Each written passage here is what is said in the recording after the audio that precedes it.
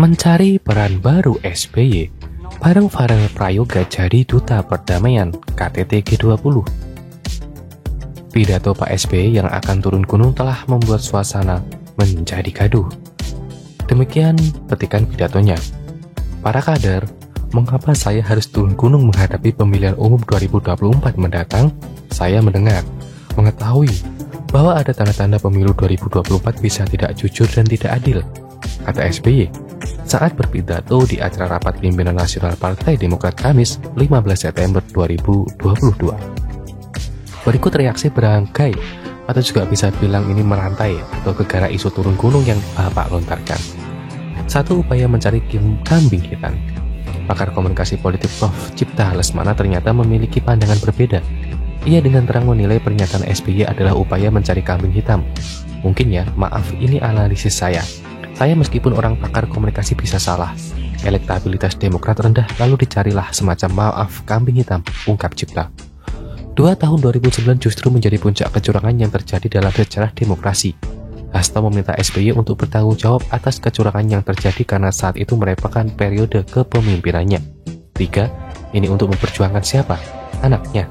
Adian mengatakan pernyataan Ketua Majelis Tinggi Partai Demokrat yang menyebutkan kalau Pilpres 2024 dapat berjalan tidak jujur dan tidak adil merupakan tuduhan yang serius. Adian lantas mempertanyakan apa maksud dan tujuan SBY melontarkan pernyataan itu. Apakah untuk kepentingan negara atau keluarga? Apa maksudnya? Ini untuk memperjuangkan siapa? Memperjuangkan anaknya? Apakah itu tujuan dia? Kata Adian. Dari 3 reaksi ini terlihat bantahan terhadap pidato Pak SBY justru menyerang balik ke Bapak sendiri.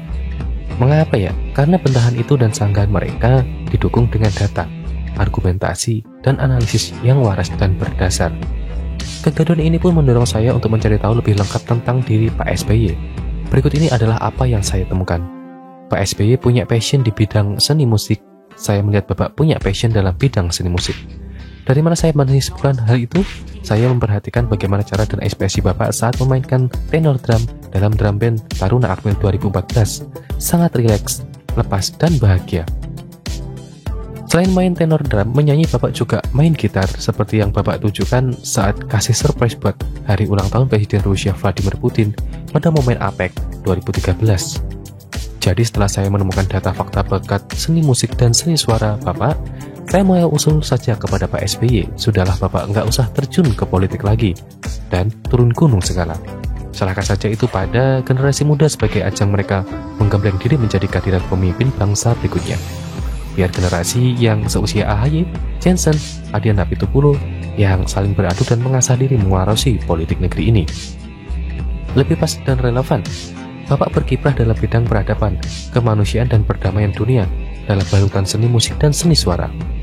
Ada satu momen internasional yang bisa Bapak gunakan untuk memainkan peran ini. Misalnya, kalau Bapak bisa mempromosikan Farel Prayoga untuk dapat bernyanyi di KTT G20 nanti menjadi Duta Perdamaian Cilik dari Indonesia dengan diringi lagu musik angklung asli Indonesia. Mengapa Farel? Ya agar bakat menyanyinya dapat membawa berkat kebaikan untuk para pemimpin bangsa yang sedang bersitegang dan stres memikirkan resesi ekonomi akibat perang Rusia-Ukraina. Selain itu, Farel dalam periode emas pertumbuhannya bisa mendapat pengalaman hidup yang berharga bagi dirinya. Lagunya apa? Heal the World-nya Michael Jackson, sebuah lagu yang syarat dengan pesan-pesan perdamaian.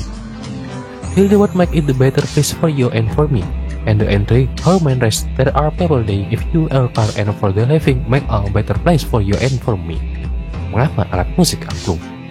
Alat musik dari bambu ini betul-betul keren Pak, karena selain indah, alat musik angklung membawa prinsip kepemimpinan yang arif dan bijaksana. Betapa tidak, dengan belajar bermain angklung sekitar setengah jam saja, masing-masing individu yang memegang satu nada tunggal dapat menghasilkan alunan orkestra bersama yang apik.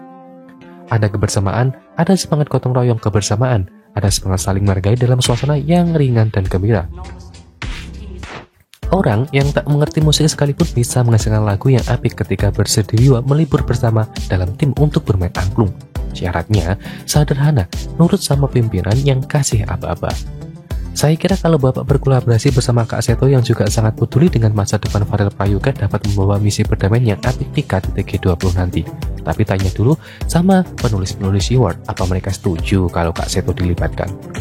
Walaupun banyak juga pihak yang mengkritik dan berkomentar atas niat Bapak turun gunung ada, walaupun dalam pemilu dulu saya tidak memilih Bapak.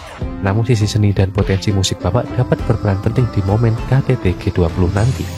Asal Bapak bisa mengolah kesempatan, peluang dan kemungkinan untuk mewujudkan usulan yang saya sampaikan ini.